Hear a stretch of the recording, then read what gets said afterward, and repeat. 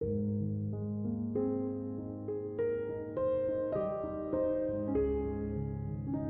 Doctor. So today we'll be discussing about some water resources, water supply. What are the water resources, and how do we treat the water, and what is water supply? Why water supply is important to our nation? So these are the topic we're going to discuss today. So first of all, let's discuss on what is water supply and why it's so important in our nation. Water supply system, water supply facilities and gathering, transmitting, treating, storing, and distributing water for household, industries, industry, and irrigation, as well as the public needs, including firefighting and street flushing. This is why water supply is important. The availability of potable water is probably the most critical of all municipal service. Water is used for drinking, cooking, cleaning, eliminating waste, and other household use. Water supply networks must also be able to meet the need of the public, private, and industrial user. Water must meet both quality and quantity specification in all situations. Water supply, sewerage, and drainage are just the critical base, brickwork, and RCC slabs laying in the construction of a house. In general, it is found that certain homeowners do not give these activities attention they deserve. If you disregard proper water supply and sewerage by using inferior metal or hiring an inexperienced plumber, you can face serious problem as stated below. These are the example problem that you can face by not giving serious concern about water supply. There may be leak, damage to the plaster, paint, and woodwork. So these are the most important problem that the owner does not give concern to the water supply will face. There will be a leak in the wall. It may cause damage to the plaster, paint, woodwork, the wall itself, and some things, our furniture, so like that, many things. Second, owing a blockage in the water sources and sewer, the house owner is inconvenienced. Due to a blockage in a sewer pipe, polluted water could spread to the toilet floor. Leakage and dampness of shortened and extension of system. The foundation could be harmed as the result of the leak. The foundation, as I said just now, the foundation could be harmed as a result of the leak. So the foundation may lose its strength. Okay, next, the cost of repairing the leak is high because it requires breaking the mortar, brickwork, and flooring. Repairing the problem requires more cost than building because we need to break the mortar, break the bricks, and buy another bricks to redo it back. Since the dampness occurs over a wide area, it can be difficult to detect a leak in some situation. The issue listed above can have effect on people's life. Okay, next, let's discuss about type of water resources in Malaysia and its problem. Just now we have looked on type of water resources globally. Now let's discuss about type of water resources in Malaysia and its problem that faced by this type of water resources. Okay, first of all, streams and river with and without impounding reservoirs contribute 98% of total water usage in Malaysia.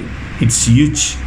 So 98% of water usage are mainly contributed from the streams and river.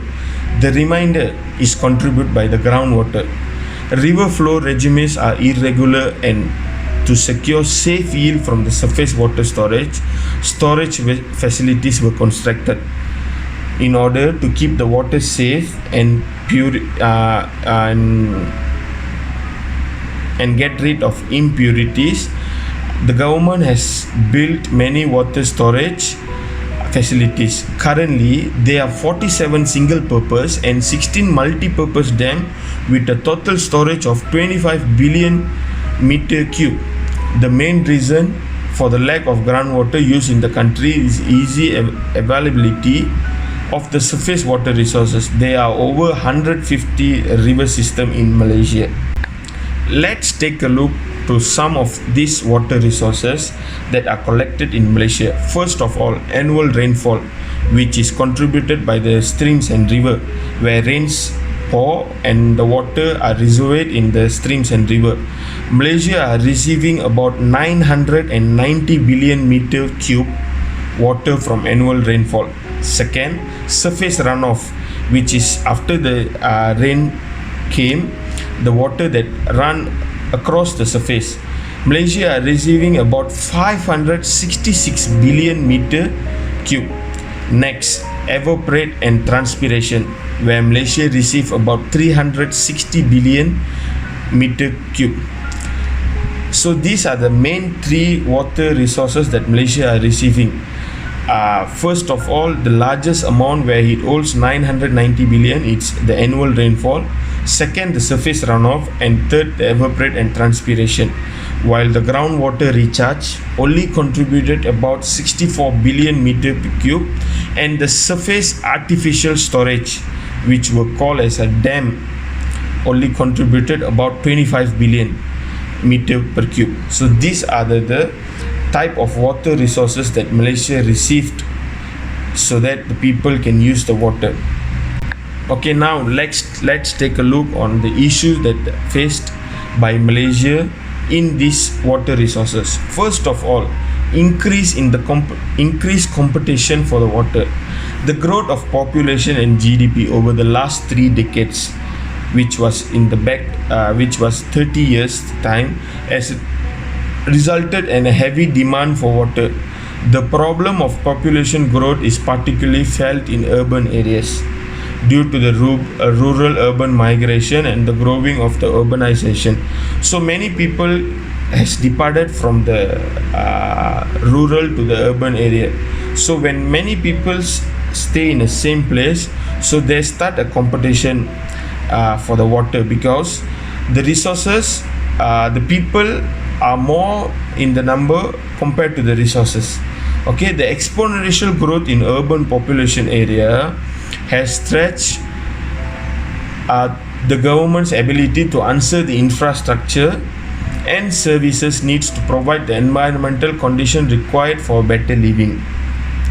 Often the supporting infrastructure, collection, treatment and disposal of wastewater, as I said just now, government has now came up with a new way where they are treating the wastewater in order to overcome this problem where the number of people is more compared to the water resources. This increased demand has increased the competition for the water, because industrial sites need water, domestic sites need water. So industrial sites using water in a huge number of gallons compared to the domestic site. This has led to the domestic site not getting enough water. For example, in Selangor, there are more industrial area in Selangor compared to the other nations, compared to the other states in Malaysia. So Selangor always face water problem because industrial site use more water compared to the domestic. This has resulted domestic site are not getting water because industrial site tend to use more gallons, which affected the domestic site. Okay, second water issues in Malaysia, increasing in flooding problems. This is the main issue right now in our country. Ironically, at times water shortage, part of Malaysia face significant flood problems. Although flood are natural phenomena arising from excessive rainfall, overwhelming existing waterways for a while, uncontrolled development activities. These are the main things. Uncontrolled development activities in watershed area and along river corridor can increase the severity of the floods. The high rate of sedimentation in the river has adversely affected the drainage capacity, leading to the more frequent floods in the downstream area and more intense flooding. So when there are more floods in our country, the water quality tend to be low because normally after flood all of the rubbish, garbage and many things are mold over the water. So government need to come out with extra courses in order to treat that water. So in control development has led to the flood, and flood has led to the shortage of water resources in Malaysia. Okay, next let us see about low efficiency of water use. Efficiency of water use in general is low. Irrigation efficiency is the range of 40 to 50% because almost all of the irrigation system are open system designed to take advantage of flooding. As irrigation water is charged on a per area basis rather than on a volume used in the relatively cheap, there is a little incentive for farmers to use the water efficiently. There is also a high proportion of accounted for water in urban water supply systems. Okay, so farmers receive some incentive to use less water. There is a little incentive for the farmers to use the water efficiently. Okay, these losses are a result in the leaks and the distribution system of an illegal connection as the physical limits of water supplies are being reached. More emphasis is now placed on reducing the losses and thus increasing the net supply through improved efficiency in water usages. Okay, next issue. Let's look on increased expectation of the people. Since independence, Malaysia has undergone a rapid economic and social development had together with the better education. This has boosted people's expectation of better standards of living.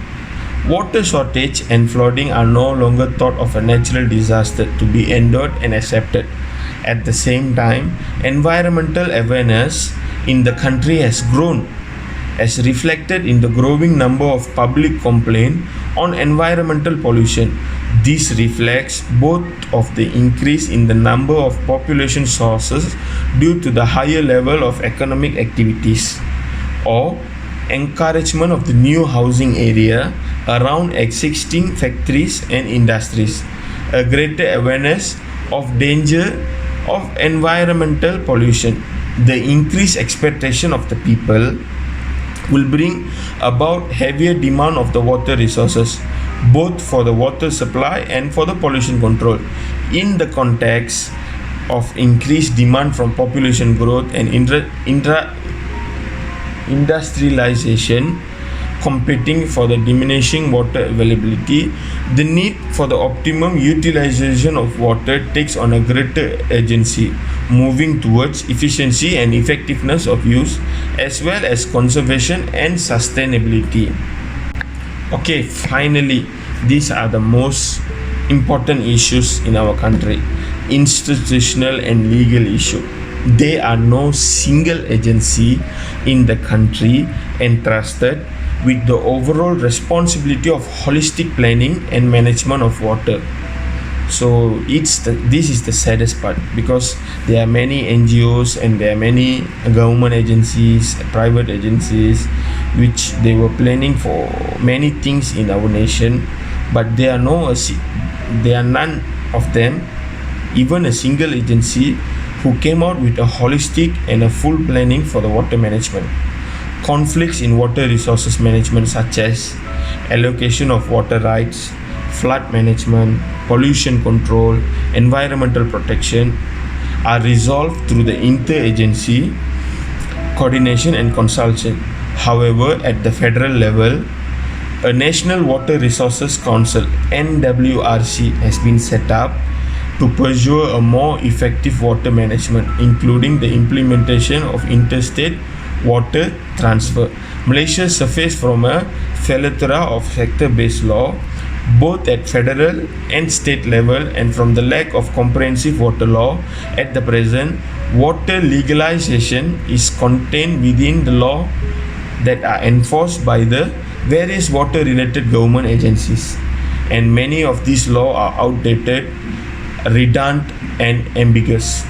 This diversified water regulation focus on the limited aspect of water resources and water supply directly related to the responsibilities of the respective government agency and those difficult to enforce effectively.